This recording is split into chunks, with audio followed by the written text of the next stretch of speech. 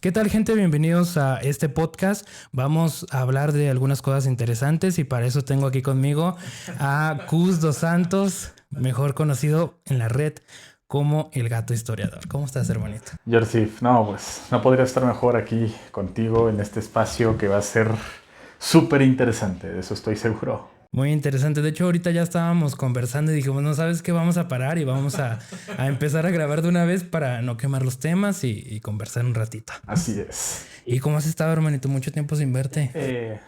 Bueno, primero que nada, bien, trabajando mucho. Como se podrán dar cuenta mis suscriptores y los que se van a suscribir, suscríbanse al canal. El Gato Historiador, que no creo que no lo conozcan, es un canal muy grande de historia. Gracias. Y pues también he colaborado contigo por ahí en tu canal. Claro. Yo creo que también mucha gente que ha de estar suscrita a mi canal, pues evidentemente te ha de conocer. De hecho, creo que sí, también te tengo como tengo una descripción programada para todos los videos, creo que ahí está el enlace. Muchas gracias. Siempre de tu canal ahí, junto con varios otros amigos. Ahí está, para que se suscriban al autodidacta. Cus es muy compartido, la verdad, siempre apoya a otros creadores y eso se te agradece muchísimo, hermano. Gracias. Para quien no te conociera, ¿tú cómo describirías tu proyecto? ¿Quién es el Gato Historiador? Soy un creador de contenido que habla de historia. Me gustaría haber sido historiador, haber estudiado historia. En el lugar recóndito del norte de México donde vivimos no hay esa carrera. Y pues terminé estudiando psicología. Pero desde niño siempre me apasionó la historia, así que pues terminé siendo divulgador. Fue un experimento, un hobby. Fue creciendo, fue creciendo, fue creciendo y a la vez también fui refinando lo que hago. Poco a poco. Y ahorita pues ya tenemos una comunidad considerable, decente y pues a seguir trabajando y me gusta lo que hago. Y justamente, ¿cómo es que nace tu interés por la historia? Sabemos que evidentemente te tiene que gustar muchísimo la historia sobre todo para el trabajo que es YouTube, ¿no? Que es desde, pues no solo grabarte, sino toda la investigación que hay detrás. Y yo me he dado cuenta especialmente que tú recurres a fuentes que pues podríamos considerar pesadas, o sea, no es cualquier artículo que ves por ahí por internet, o sea, entonces, ¿cómo nace ese gusto por la investigación sobre historia? Yo creo que todos somos frikis de algo en esta vida. Antes se diría aficionado, amante, pero ahora la palabra más común, perdón por el anglicismo, friki. O no sé si friki también se utiliza en el español o en el castellano, no lo sé. Pero todos somos frikis de algo. Y algo que me llamó la atención desde pequeño fue ver películas de soldados, de samuráis. Tengo muy presente cuando tenía como 6, 7 años y mi abuelo, al que le gustan mucho las películas bélicas, mi abuelo el de Brasil, estaba viendo The Last Samurai, el último samurái. Y yo encantado, viendo todo lo que pasaba. No entendía nada. Estaba chico. No entendía mucho, pero pues quedé fascinado. Y desde ahí comencé a tener acceso a internet poco tiempo después. Y mis padres eran muy cuidadosos, como todos los padres. Y también antes que internet estaba muy estigmatizado. Y se creía que ya tenías tu asesino serial designado en cuando ponías tus datos. Entonces, ¿qué era lo que yo consumía? Pues páginas documentales.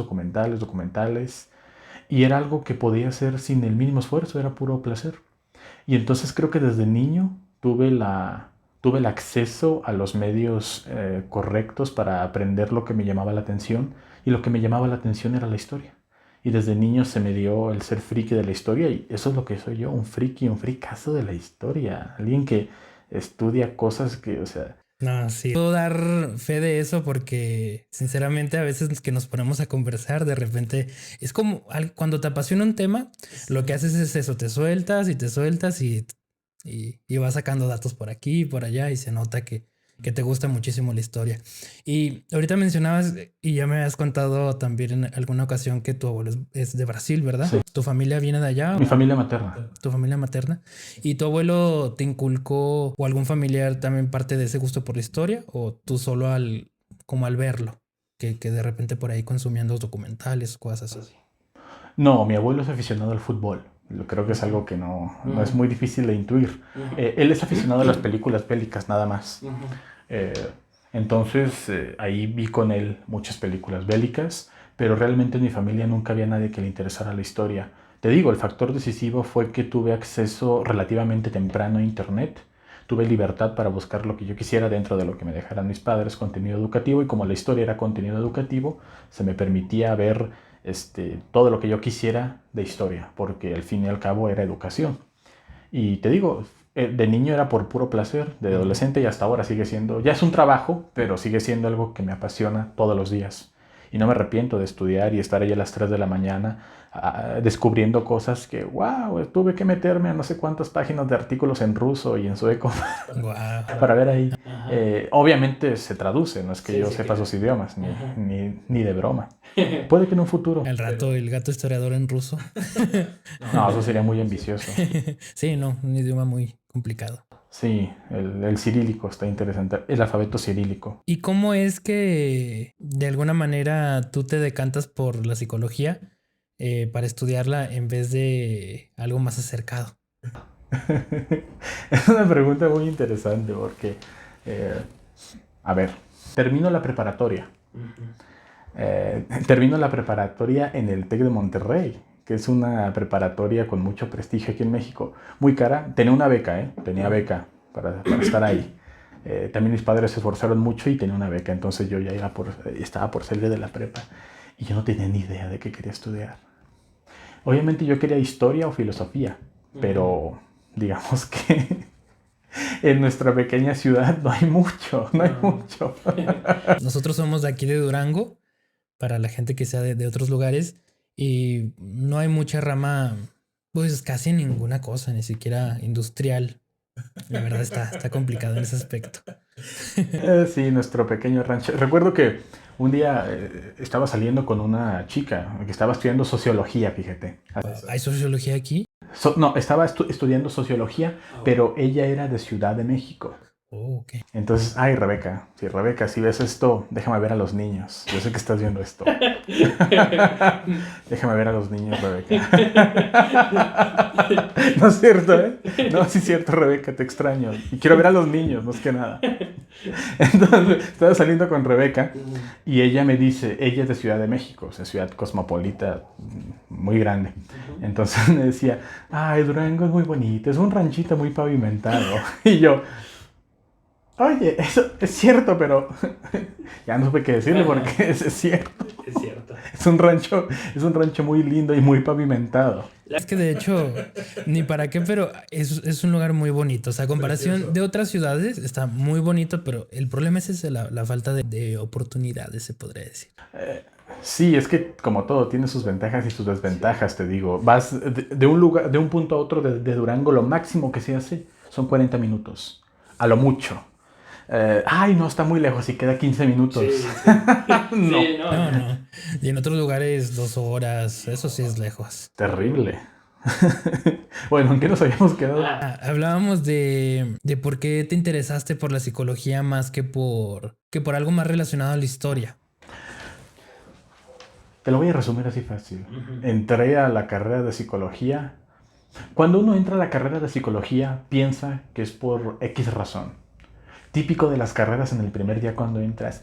Quiero que se levanten, digan quiénes son, qué hacen y por qué eligieron esta carrera, niños. Y todos los niños ahí nos levantamos y decimos por qué entramos a la carrera. Y ya van pasando los semestres, los años. Y yo me di cuenta que tengo más potencial como paciente que como terapeuta. Obviamente. Gente que he conocido que estudia psicología me dice lo mismo. Así de que no, tengo mucho potencial como paciente. y incluso, no sé si sea cierto, pero dicen que uno es su primer paciente, ¿no? En la carrera como tal. No sé qué tan cierto sea. Hay mucha transformación y autodescubrimiento en esta carrera. Agradezco a todos los profes que me pasaron porque yo les prometí no voy a ejercer, no voy a ejercer, así que tranquilos, ya me pasaron, gracias, no voy a ejercer, gracias. Aquí les reafirmo lo que les prometí. Entonces, sí es una carrera que te cambia la vida por completo. Digamos que también te provee de una óptica que si te obsesionas con ella puede causarte ciertos problemas prácticos, porque la psicología solo resuelve una parte muy importante, puede ayudar a resolver una parte muy importante del ser humano, pero luego Hay gente que termina creyendo en eufemismos o que problemas materiales se arreglan con ideologías. Un obrero que trabaja en una maquila y está deprimido, gran parte de su depresión tiene que ver con la precariedad de sus condiciones laborales, que tiene que mantener una familia, y esa presión no se arregla diciéndole todo, nada te afecta y todo está dentro de ti. No, Dios mío, es absurdo. Es el gran problema de que hay gente que quiere ver todo desde una óptica exacta y a veces no da cabida a otros problemas prácticos. Pero por supuesto, esto no demerita en ningún sentido a la psicología, en el que de repente te das cuenta por qué cuando fue la crisis de 2008, millonarios de Wall Street se quedaron sin la mayoría de su fortuna, pero aún así les restaba dinero para vivir varias vidas. Estamos hablando de gente en un nivel de riqueza que es difícil imaginar. Perdieron muchísimo de su riqueza, casi toda, pero eso que les quedaba era suficiente para vivir varias vidas, aún así, y se suicidan. La psicología trata de explicar ese tipo de cosas que dentro de la lógica común no tendrían sentido, y se les llama en muchas maneras fenomenologías. Fíjate que a mí algo que me llama la atención y quiero aprovechar para preguntarte, la psicología la considero una rama del conocimiento bastante interesante que te puede ayudar, ¿cómo te diré? A darle una explicación, ¿no? A esa parte del ser humano que es tan difícil acceder, que es la mente, ¿no? Entonces, yo lo que me pregunto es por qué está tan demeritada, como decías tú. Yo no la voy a demeritar, dijiste, pero desgraciadamente en la sociedad sí está un tanto demeritado. No es muy común que uno quiera ir al psicólogo, que cuide su salud mental, ¿verdad? Venimos también de una generación en la que te decían, no, pues vas a ir al loquero o esto del otro. Hasta ahorita, en estos tiempos, creo que pues en nuestra generación, de hecho, es cuando se están tocando los temas de ansiedad, de depresión. No sé si por la gravedad que se está dando o porque al fin estamos viendo la problemática que hay detrás. ¿Tú qué opinas de eso? ¿Crees que la psicología está demeritada aún en estos tiempos o crees que ya se le está dando como el auge que debe tener? La psicología, primero que nada, está demeritada en Hispanoamérica y más específicamente en México porque llega como una corriente nueva. La psicología experimental y científica, tal y como se le conoce, surge en Alemania con Wilhelm Wundt. Algunos dicen que surgió antes, algunos que después. La pauta es que Wilhelm Wundt comienza la psicología experimental. ¿A qué me refiero con psicología experimental? Experimentos, valga la redundancia, donde se pueden obtener resultados sobre la conducta específicos y claros. Hay una parte de la psicología teórica como el psicoanálisis, el más conocido de todos. El psicoanálisis estrictamente no es psicología. Alguien puede ser psicoanalista sin haber sido psicólogo. Entonces, el psicoanálisis, digamos que es esta parte más teórica. Es que el psicoanálisis se adentra en una terra incógnita que es muy difícil de navegar sin un dispositivo tan loco como el mismo psicoanálisis. Imagínate una sociedad victoriana en la que no se habla para nada de la sexualidad. De repente llega un judío austriaco, muy interesante, y te dice que los niños tienen una sexualidad activa y que esos deseos sexuales reprimidos en la infancia determinan en gran manera lo que van a ser siendo adultos. Pues es algo que incluso hoy día a mucha gente le escandaliza. Entonces esa es una rama que tiene que ver con la psique y la psicología al fin y al cabo. Luego tenemos al conductismo, que se trata de experimentos puros y concretos donde se determina o donde se obtienen resultados cuantitativos de la conducta humana a raíz de estímulos y de recompensas. Obviamente es mucho más complejo, pero yo lo estoy tratando de resumir. Sí. Entonces, la psicología está demeritada en Hispanoamérica y especialmente en México porque llega como una corriente. Siempre que llega algo nuevo va a haber resistencia, independientemente de lo que sea. Ahora, ¿la psicología ha estado estigmatizada? Claro. La cuestión es que cada vez más las redes sociales, ya no hace falta decirlo, incluso con lo que pasó con el COVID, hemos digitalizado nuestra vida a un nivel sin precedentes. Entonces, ¿quiénes son aquellos que tienen más tiempo libre y acceso a la tecnología para hacer con ella lo que quieran? Los jóvenes. Los boomers, nuestros padres a quienes les tocó trabajar y no tuvieron unas condiciones de desarrollo humano muy óptimas. Es una generación muy trabajadora, pero sin una noción del desarrollo humano avanzado tal y como se tiene en el primer mundo. Wow, qué buena descripción, ¿eh? Qué buena descripción para definir a la generación. Me gusta. Gracias. Entonces ellos no lo tienen tan presente, pero ahora, ¿quiénes son? ¿Qué es lo que existe? Lo que se ve en los medios. Pueden estar, no sé, puede haber gente en algún lugar de África o incluso aquí en Latinoamérica, pero si no salen los medios no existe. Entonces, ¿qué es lo que es visible hoy día? Lo que está en las redes. ¿Y quiénes son los que somos visibles ahora? Los jóvenes y los más chicos. Y cada vez se está quitando ese estigma de la psicología y sobre la salud mental porque cada vez somos más visibles.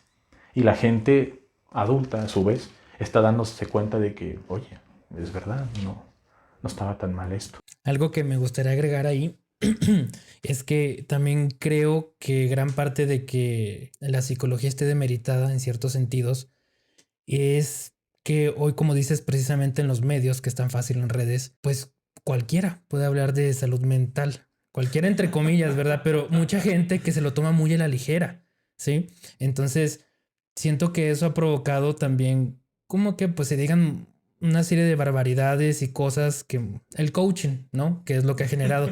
Que yo ahí discrepo mucho en el extremo de que es súper dañino, pero también sí considero que en cierta parte sí demerita esta parte de la psicología, ¿no? Y hace, como tú decías, un reduccionismo para tratar de ayudar a la gente quizás, pero es un reduccionismo. Con técnicas, con claves y ese tipo de cosas, ¿no? Pero bueno, para no ahondar tanto en esos temas y tocarlos en otra ocasión, porque la verdad tú sabes muchísimo de eso y me gustaría explorarlo más adelante. Me gustaría saber cómo ha sido tu camino como divulgador ya en YouTube. Yo ya conozco una parte, pero pues para que la gente conozca un poco más cómo empezaste, porque Cus y yo nos conocimos en un evento de YouTube que se hizo aquí y yo lo conocí cuando tenía 8,000 suscriptores. 8,000. Y ahorita, ¿cuántos tienes? 152,000. O sea, el crecimiento ha sido brutal. Entonces, ¿cómo ha sido ese proceso? ¿Tú cómo te has ido perfeccionando en tu comunicar como tal de la divulgación histórica? Cuando te metes a un canal de un youtuber que tiene cierta historia, por curiosidad generalmente haces esto, vas a sus primeros videos para ver cómo eran. He borrado bastantes por pura dignidad, para mantener mi dignidad. Pero el video más viejito que tengo es uno de 2015, que se llama Así funcionaba la Falange Macedonia. Ese video da pena ajena, al menos a mí me da pena ajena. La gente, la verdad, agradezco lo considerada que es la gente dejar buenos comentarios en ese video. Tiene más de 500,000 de vistas y es el primero, o sea, de los primeritos que hice. Y agradezco que sean tan benévolos conmigo, pero a mí ese video me da vergüenza ajena, o sea, me da mucha pena. Es como que, ay, Dios. ¿Y le fue bien? Le fue bien. Entonces, fue un hobby. Dije, sé mucho de historia y siempre que le platico a mis amigos, a mis hermanos o a mi mamá, pues me dan bola. La verdad. Sí, me pasa. Entonces es como de que, ok, ¿qué es esto de YouTube? Está padre, ¿no? Puedes subir videos y la gente si quiere los ve. O sea, si alguien va a ver tu contenido es porque lo quiere ver y le va a dar clic. No es que esté a tu lado y tú le empieces a decir cosas de historia. Como todo joven que quiere ser escuchado, como todo adolescente, porque yo era adolescente cuando comencé ese proyecto, que quiere ser escuchado. Entonces dije, voy a hacer un guión, voy a hacer lo que... voy a hacer un video para compartir lo que sé. No, en el primer video me tardé un montón. Tuve que improvisar, ni siquiera tenía un micrófono, grababa con una cámara. Y grababa con el micrófono de la cámara. Con el micrófono de la cámara. Y el reto más grande fue usar un editor de video por vez primera. Fue toda una peripecia. Lo tuve que piratear. Ya no lo pirateo, pero en un principio sí lo tuve que piratear. Como todo creador de contenido. Sí. O sea, tienes 14, 15 años, 16 años, no tienes ni un duro. No se puede. Y no tienes ni tarjeta, no tienes nada. Ingrese su tarjeta para pagar un programa. ¿Cómo? No, buscas un tutorial y lo craqueas. Sí, no me demandes, Camtasia. No, ya te estoy haciendo publicidad. Entonces, comenzar a editar fue lo más difícil. Obviamente las primeras ediciones son imágenes que cambian, luego están aquí, luego están acá. Muy penosa la edición, pero lo recuerdo con mucho cariño porque es ir aprendiendo en la marcha. Luego te das cuenta de que las miniaturas para los videos pueden ser útiles. Y fui subiendo poquito a poquito mi contenido, goteando. Yo en un principio no me imaginaba, ni por aquí, que iba a vivir de YouTube. Sí, vivo de YouTube, orgullosamente soy un youtuber.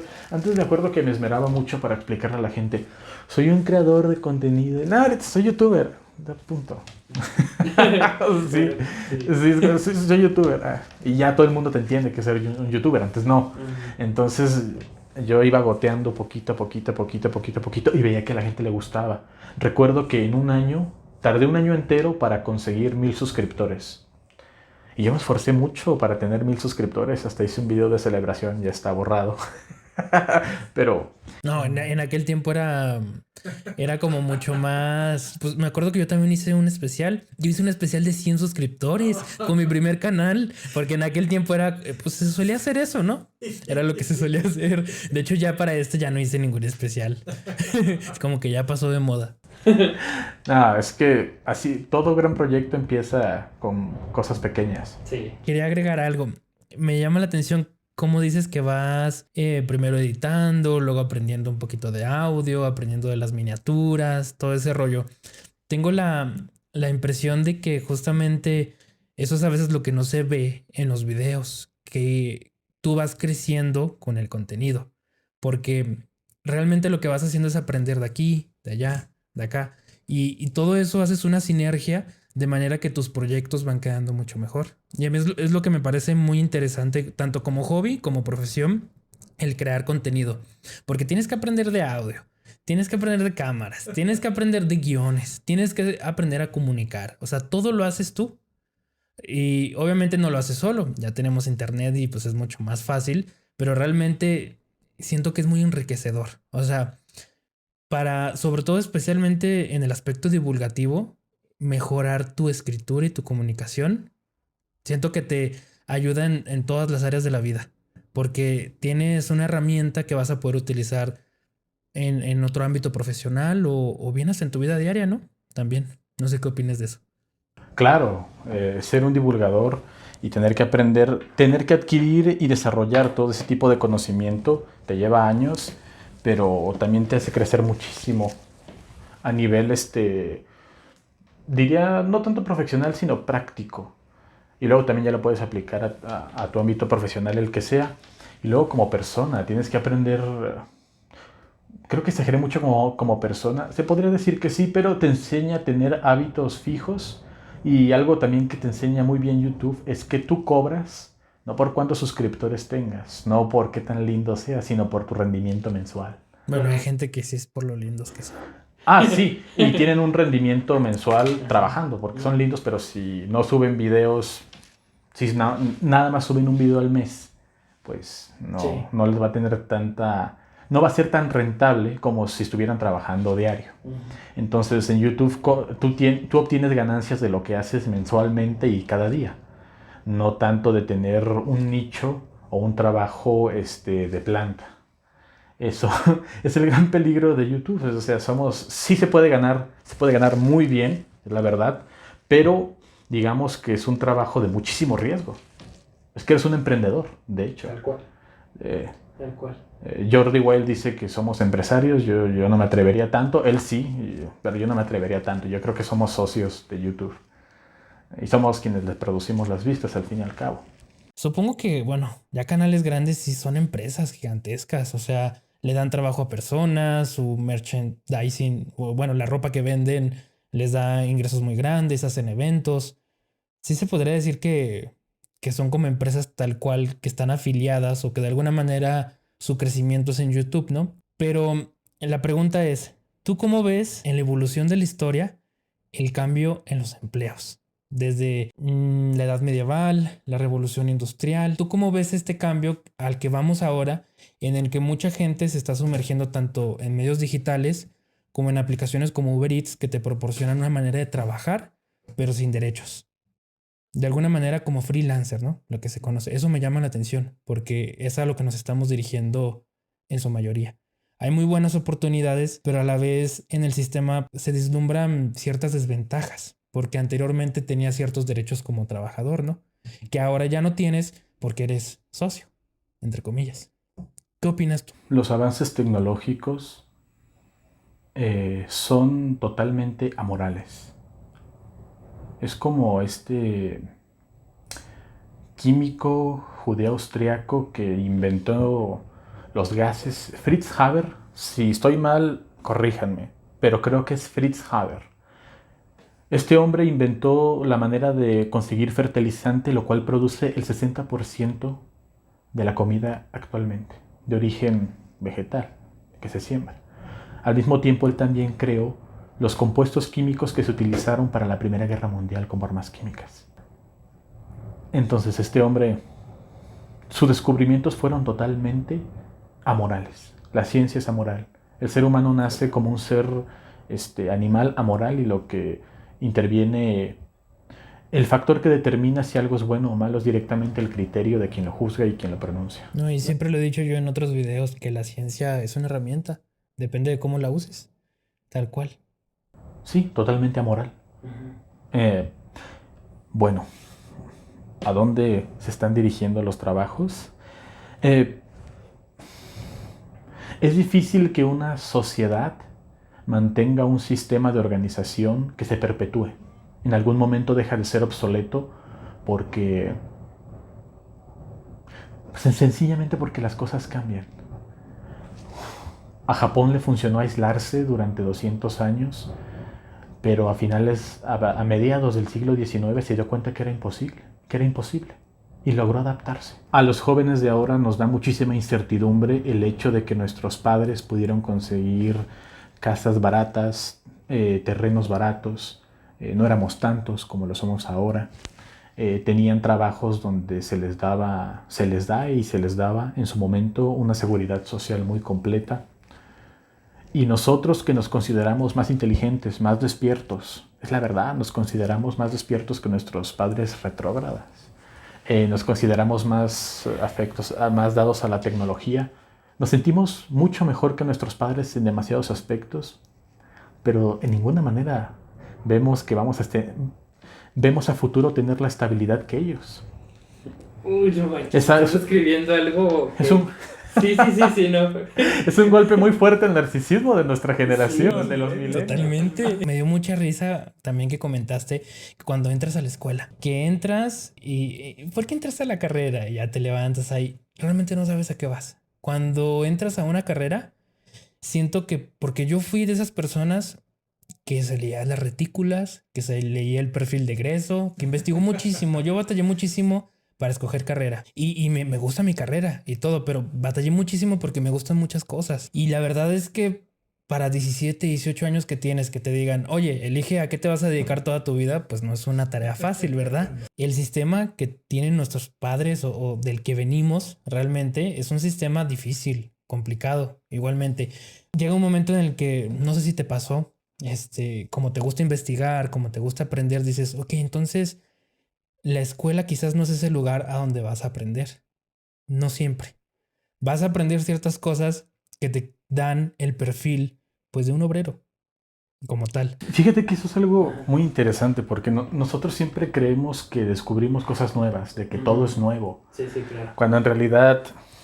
nada es nuevo bajo el sol. Como dice la Biblia, casi nada o no hay nada de nuevo debajo del sol. Hay cosas nuevas, claro, pero muy pocas me atrevería a decir. Por ejemplo, ¿por qué crees que de los años 50 a los 60 y a los 70 ves una foto en un estadio de fútbol?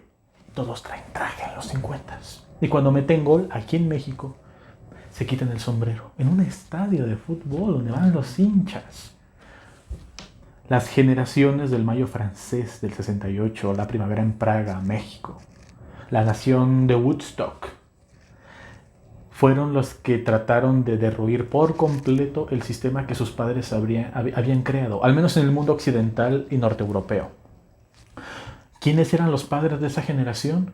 Un joven que cuando tiene 14, 17 años, llegan los alemanes a Francia y se apoderan del país. La Francia de Vichy. Ellos tuvieron que aprender a tener que utilizar una MP40 para defenderse, tuvieron que unirse a la Resistance.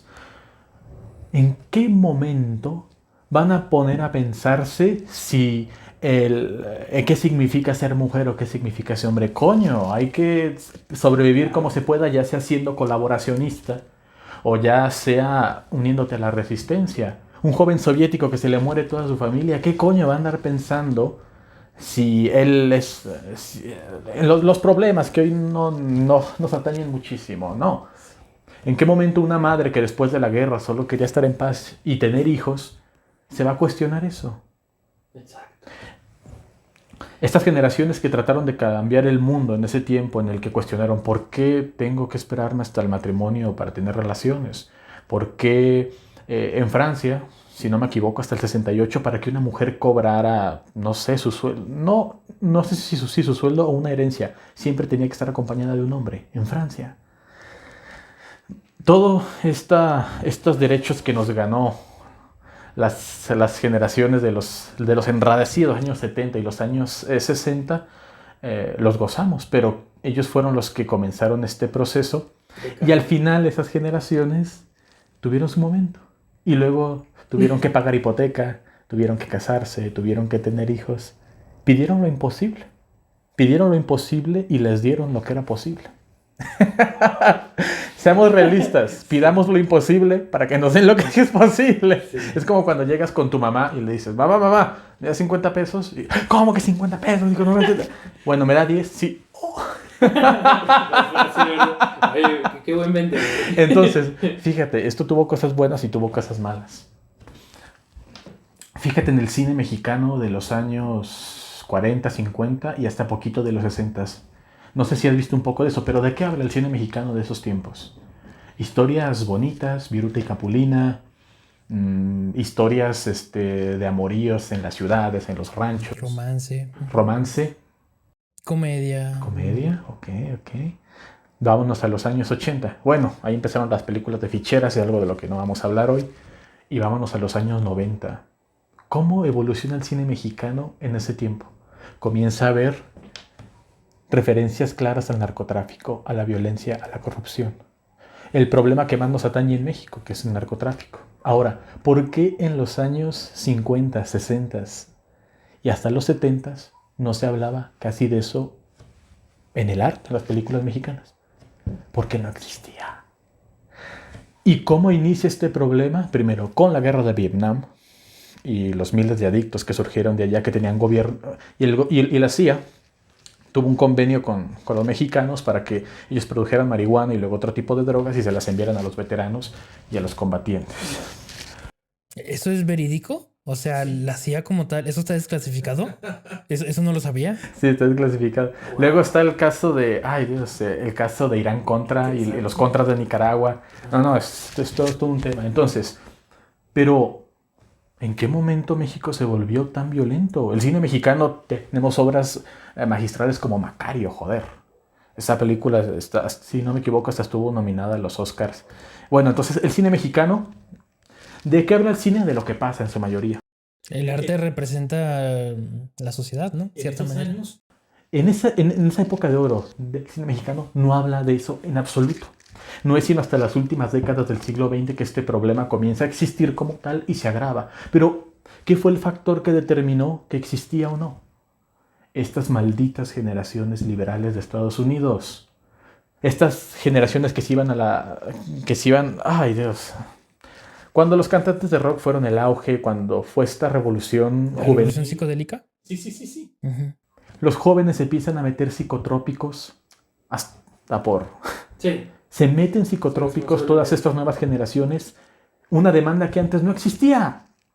En las generaciones puritanas de veteranos de la Segunda Guerra Mundial, no existía.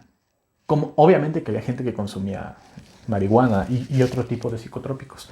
Pero esta demanda se genera a raíz de estas generaciones bien intencionadas que quieren cambiar el mundo, pero a la vez jodieron a los países de tercer mundo que la producen y ponen los muertos.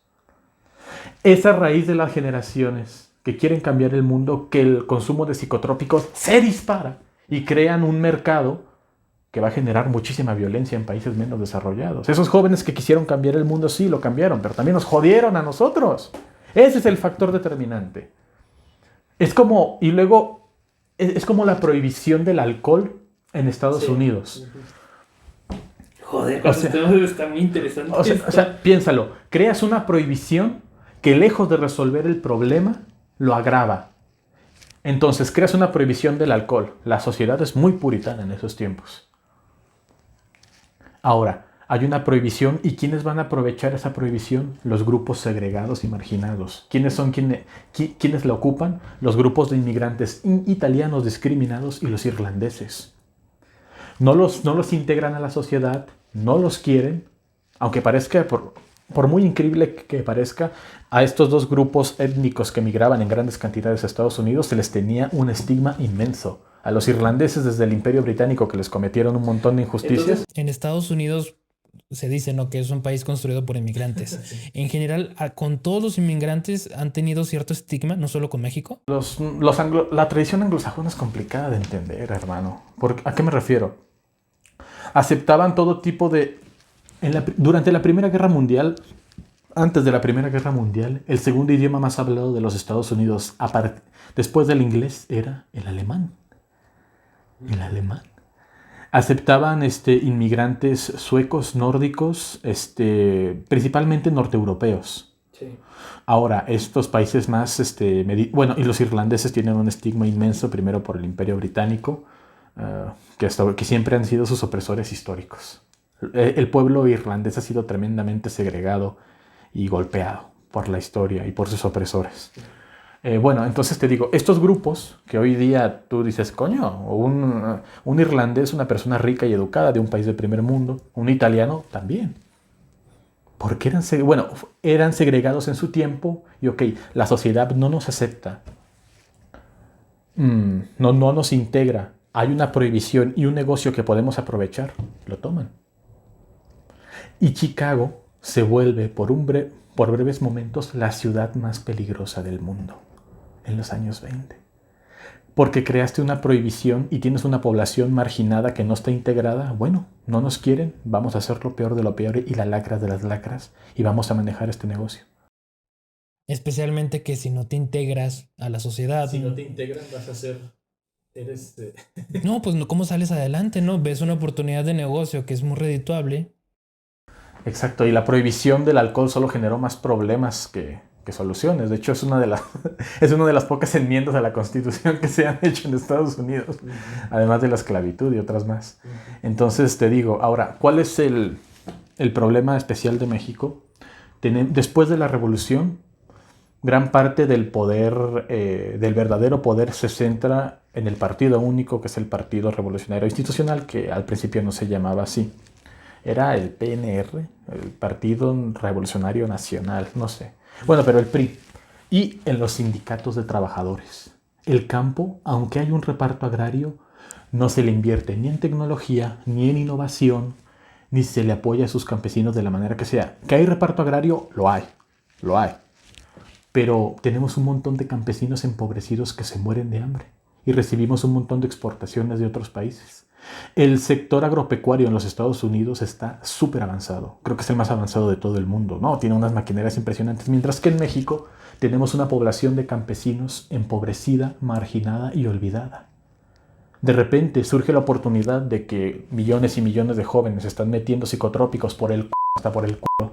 Entonces tú eres un campesino y en vez de sembrar tomate, si siembras marihuana vas a ganar 100 veces más y te puedes hacer rico. Tenemos este sector empobrecido y olvidado de campesinos en México donde ibas a las rancherías y se respiraba hambre, miseria, violencia. Sí. Y de repente de la nada hay un mercado que puedes acaparar. ¿Y qué hacen los campesinos desposeídos? Es la oportunidad que tienen, es lo único que tienen. Ahora, como una vez platicábamos, ser un agricultor, ser alguien que produce de la tierra es una de las ocupaciones más respetables y honorables que existen. Tal cual. Difícil. Todas estas familias agrícolas de Francia, o un productor de durazno, o alguien que tiene viñedos, vive de esa manera. Hasta se nos hace extraño como un productor de olivos en Grecia, de repente, pues yo creo que voy a dejar de producir olivos y me voy a dedicar a vender, a sembrar marihuana. Ellos tienen el apoyo y las condiciones de vida necesarias para vivir de eso sin ningún problema. Mientras que, bueno, hay dos problemas. México está enfermo de geopolítica. Tenemos campesinos desposeídos y olvidados.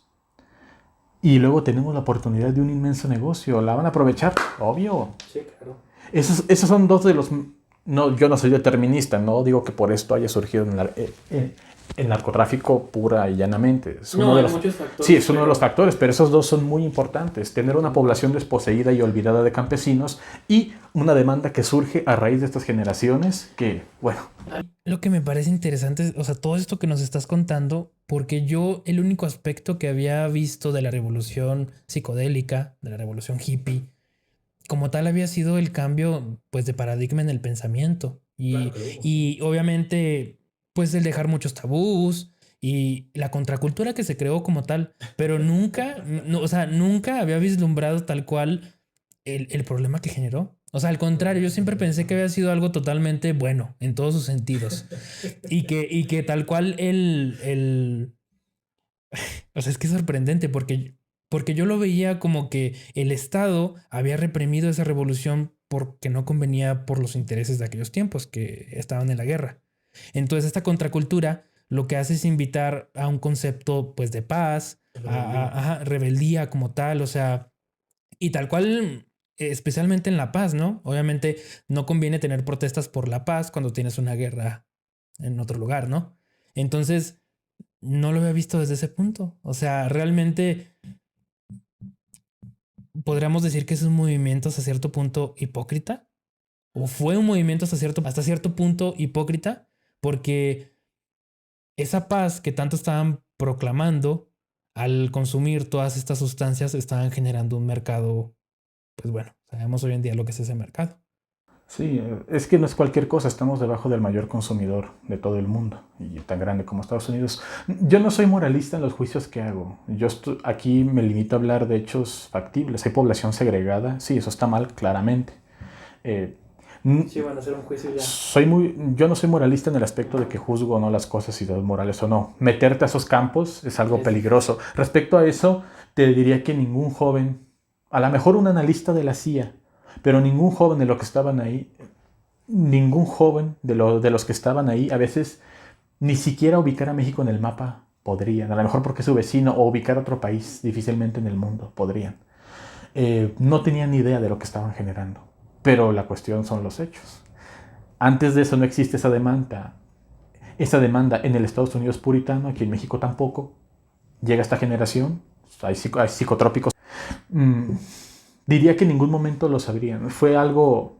Es que el mundo es tan caótico que yo por eso admiro mucho a ciertos analistas que pueden, con todo lo que saben, predecir ciertas cosas, porque predecir lo que va a pasar es imposible. Imagínate qué joven se despierta una mañana para ir a las barricadas y protestar para que se acabe la violencia en Vietnam cuando se toma un poco de LSD, cuando se inyecta algo y en ningún momento él piensa, creo que todo esto va a destruir a mi vecino. Lo va a destruir en muchos sentidos. No, en ningún sentido lo iban a saber.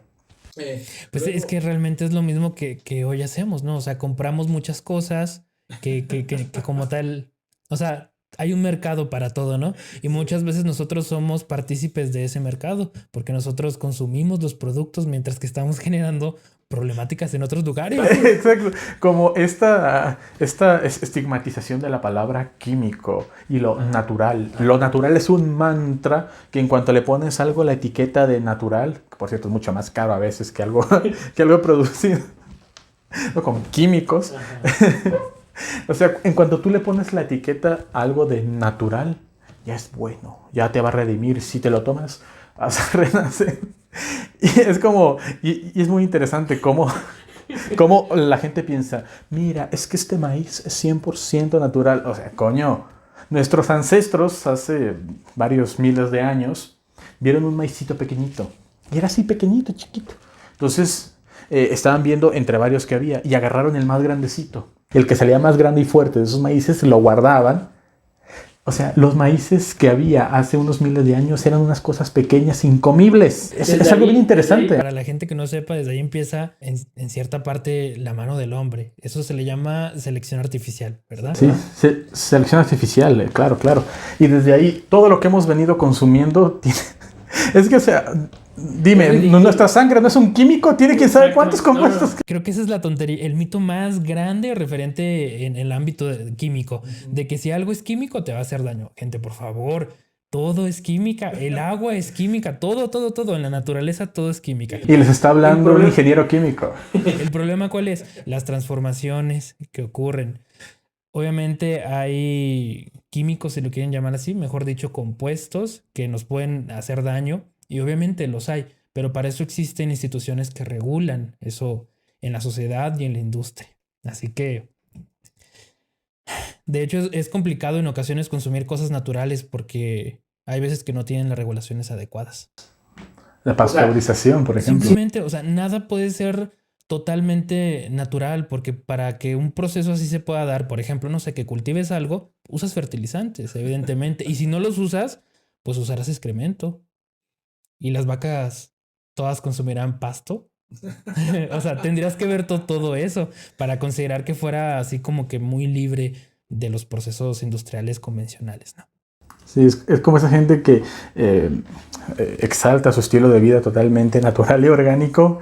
No, hay que rechazar la tecnología, hay que volver a los orígenes incluso de los pueblos originarios. Sí. Entonces, como si su iPhone, desde el que postean eso, se hubiera formado en las entrañas de la Tierra y mediante el movimiento de placas tectónicas y la presión de miles de años, de repente llegaran los mineros, tac, tac, tac, y se formó un iPhone.